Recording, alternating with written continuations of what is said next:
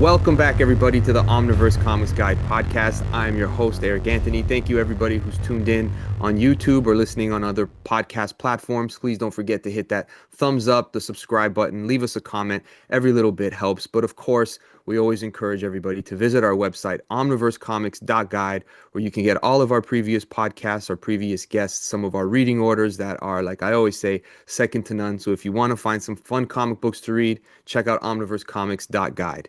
Now, today we have a very special guest, first time guest to the Omniverse Comics Guide. This is author and illustrator of picture books, Cave Dada, Picky Eater, Oothar the Blue. He's also illustrated album art for Grammy Award winning musicians, the Okie Dokie Brothers. Brandon Reese, welcome to the show. How are you, sir? Good. How are you? Thanks for Uh, having me. oh, it's a pleasure to have you here. And the reason you're here is because of your new book, Fantastic Frog and the Amazing Tad Lad, published from Penguin Random House. That's very exciting news. We're going to get into all of that, but what I'd like to do when we have a guest for the first time is let's go a little bit back to the beginning, right from the start, because I think that your where you grew up and a little bit of your backstory lends itself well to the book that we're going to be talking about today with the Fantastic Frog and Amazing Tad Lad. So take us back to where you grew up, Brandon. Well, I grew up in Hickory, North Carolina, but when my Okay. folks divorced, I moved back with my mom to West Palm Beach, Florida, which is Okay. kind of a swampy area in South Florida. Right. Yeah, so that might Gatorville. have had an influence on the writing of the book. Yeah, at the back of your in the about the author section, you were talking a little bit about how often you would be surrounded by a gator and a random what would we'd be walking here in Canada and maybe see a squirrel in Florida. I've been to Florida many times and you got to Oh yeah, watch a body of water because there might be a gator in it. yeah. I went to small schools down there, and there'd be a canal right behind the school, and I think I mentioned it in the book that we play kickball, and a Mhm. lot of times like the better players would kick not me, but a lot of the better players would kick the ball and it would go into the canal, and sometimes there'd be a gator there, sunning on the bank of the canal. So it's a little dangerous down there. How do you manage to like deal with that growing up in such like a I mean, when I visited friends in Florida and family there, they would always have things to protect themselves from that. How do you get used to that? Is it just how do you make a gator go away? Well, you don't. You just you avoid it. Maybe that the kickball game will be over that day. Exactly. Yeah. There's a little thing I have to ask you about that was also in the back of your book, and it's a beautiful picture of you in a yellow lab. I have a yellow lab myself, so I'm a big sucker for talking about Labrador retrievers. Can you tell me about Yeah. your dog? Well, that was Josie, and she was actually a mutt. I think she was maybe part lab She and looks it in the picture, but she's yeah, adorable. yeah. She was. I think she was part dachshund, part retriever. Oh, I'm not sure, but so she was a super sweet pup. She was my first dog that was mine, uh, oh. and so yeah, like I took care of her, and we would keep her food dish outside. And a lot of times I'd come back there, and there'd be a frog in the middle of her food dish eating her food. So I sort of made reference to that in the book also, where the frogs enjoy cat food, not dog food, but cat That's food. right. So that's the inspiration for it from Josie. That's Yeah, so cute. That's great. totally. When did storytelling and illustrations become an important part of your life? Because you mentioned that the Fantastic Frog were ideas that you had in sketchbooks for years, but when did that become important to you just to illustrate and create? I was always very into drawing and doodling as a kid. My brother was always a better artist than me, so I was always trying to play catch up with him.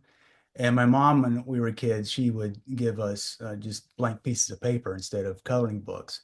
'Cause I guess she'd read that if you want your children to be more creative, give them a blank piece of paper instead of a coloring book. So we would always draw comics or draw whatever we were interested in, and I would always try to emulate my brother. So I always knew I wanted to do something creative, something artistic growing up. Hmm. Uh, and so I um, eventually went to the Art Institute of Fort Lauderdale, which is even further, actually, South. yeah, further south of West Palm. Um, and I went to school for graphic design.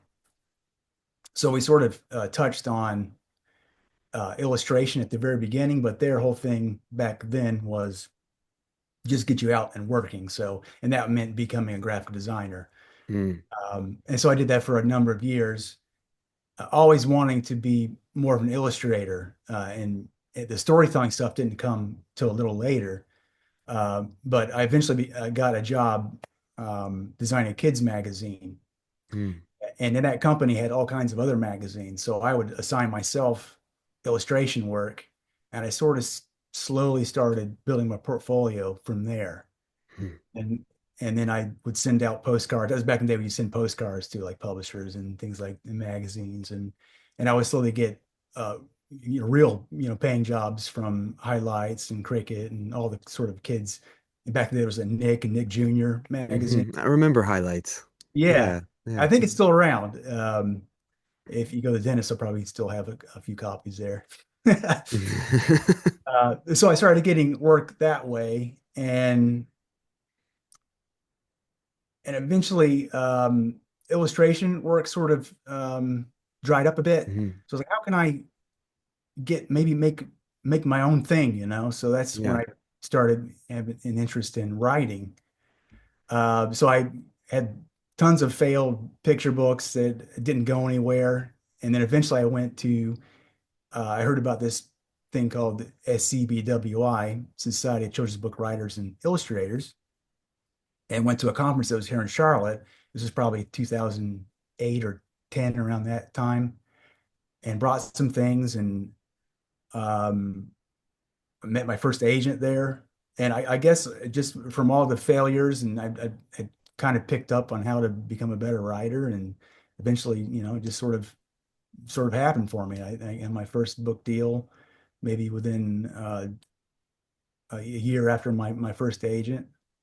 So yeah, it's sort of like a No, that's perfect. I think you said, organically sort of happened. Yeah. yeah, that I think you said something very important there where you talked about how many failures you Oh, said you suffered. absolutely. For a lot of people, uh, th when they suffer failures and they have, a day job, people say, don't quit your day job. You've been told, don't go forward. You kept going. Yes. What was the impetus that said, I'm not quitting. I'm going to keep doing this thing? Because eventually you broke down a door, but what was it in you that made you say, I don't care about the failure? Because I don't want to do that day job anymore. And this is my passion. Right. And to tell you the truth, I still have that day job. I Right. work sort of half time Hmm. on still designing that magazine that I went to, and the rest of my time is devoted to creating books. Mm. That, So hopefully these books do well enough, and I can send them my notice. no, I love those type of stories that creators have where they may not be gambling people, but they gamble on themselves.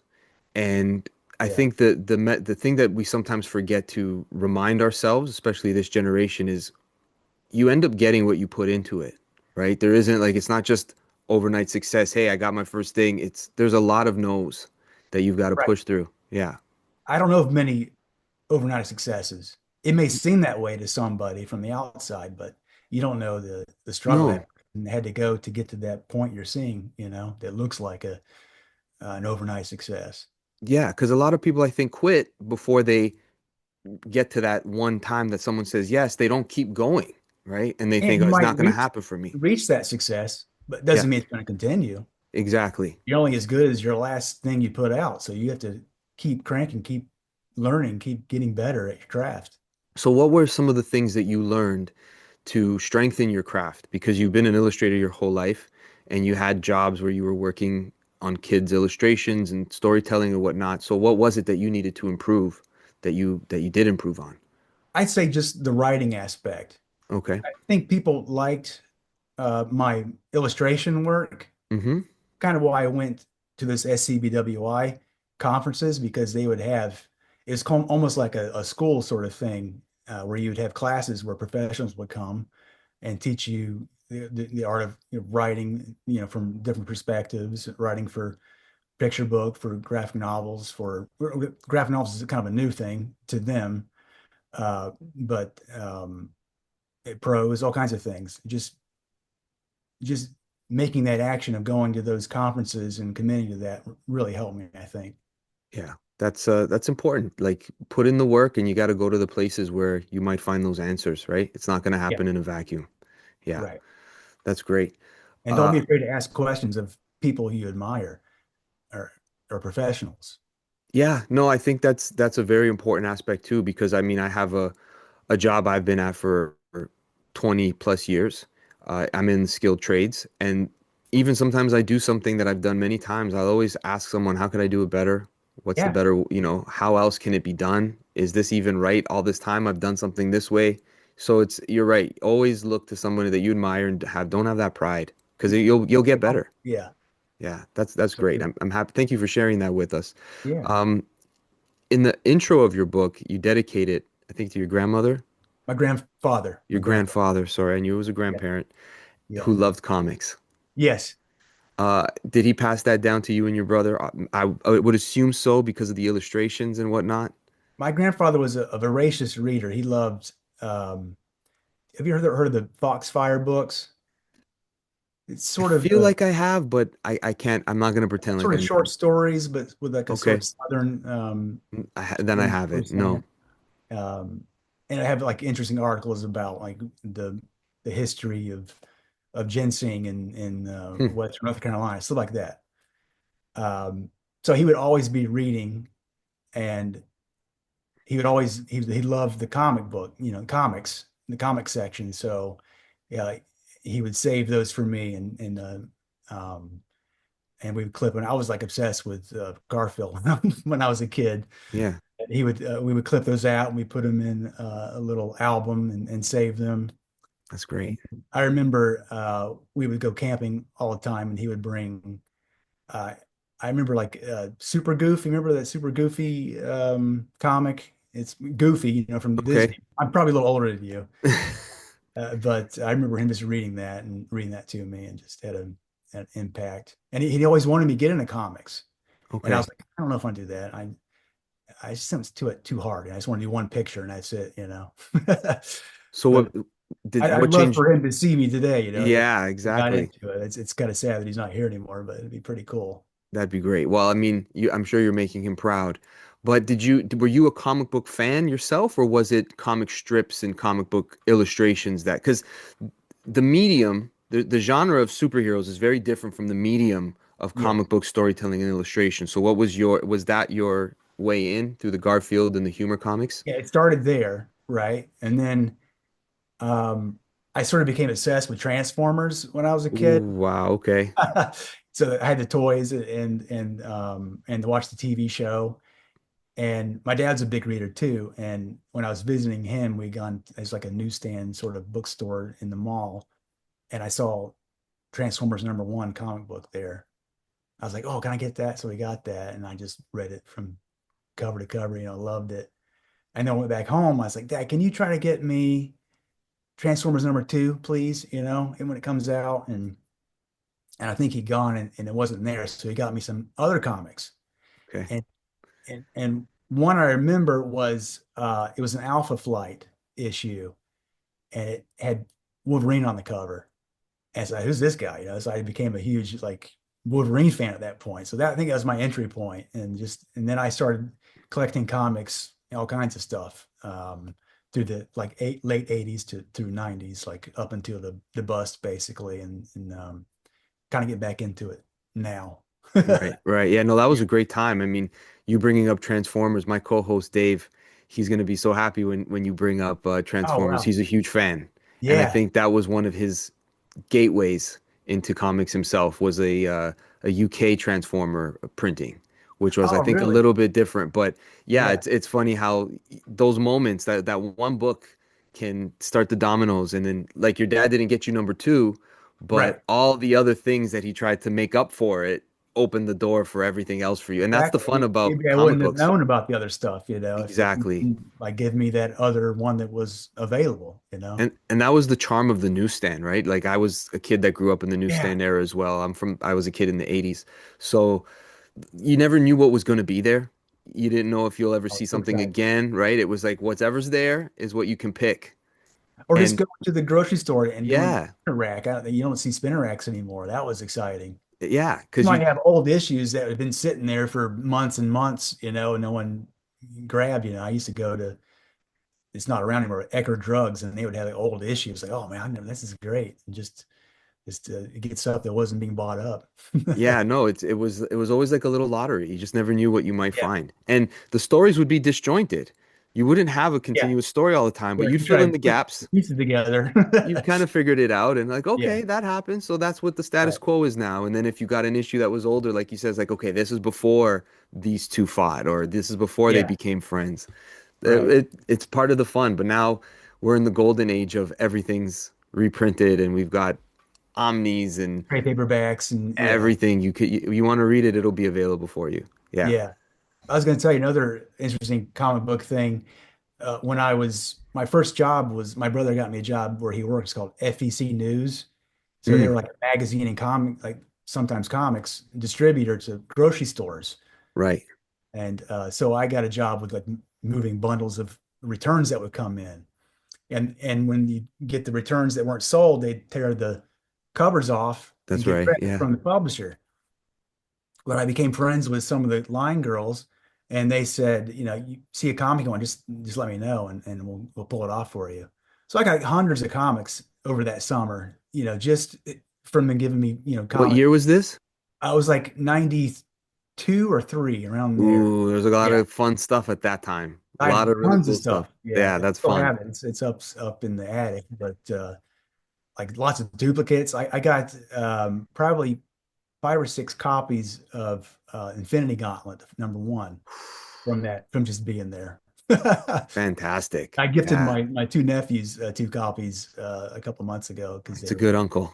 big Marvel fans. Yeah. That's fantastic. I got to ask you about some of your comedy influences. I don't know if there's something you can pull from, but in the book of the Fantastic Frog, there's a lot of comedic moments, and I know that they are age specific, but there was a couple times where I chuckled myself Good. throughout Yeah. it. Yeah. So where does Yeah. your comic influence come from in that regard, the other side of comics?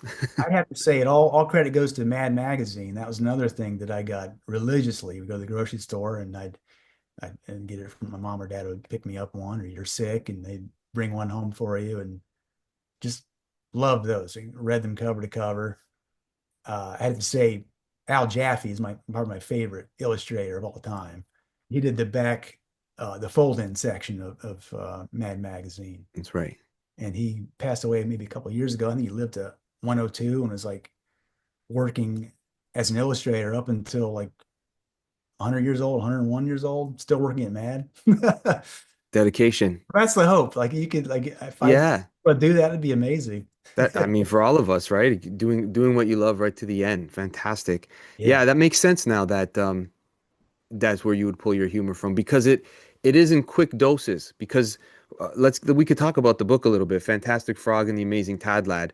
The creations of these characters and the book. How did it all come together for you? Was it? I know some creators do like a piece a week of whatever it is they're working on to keep themselves busy. But how did it all come together in your case? I was kind of in a lull at the time. I had submitted several picture books. This is right after the pandemic, and a lot of things weren't selling. I think editors were being very cautious about what they were publishing. So I was like, well, maybe I should lean into a longer story, like a graphic novel sort of thing. So I was trying to think, what would I do if I did something in the space of Dog Man, uh, Mm, First Cat Who in Space Ate Pizza, those books, Investigators.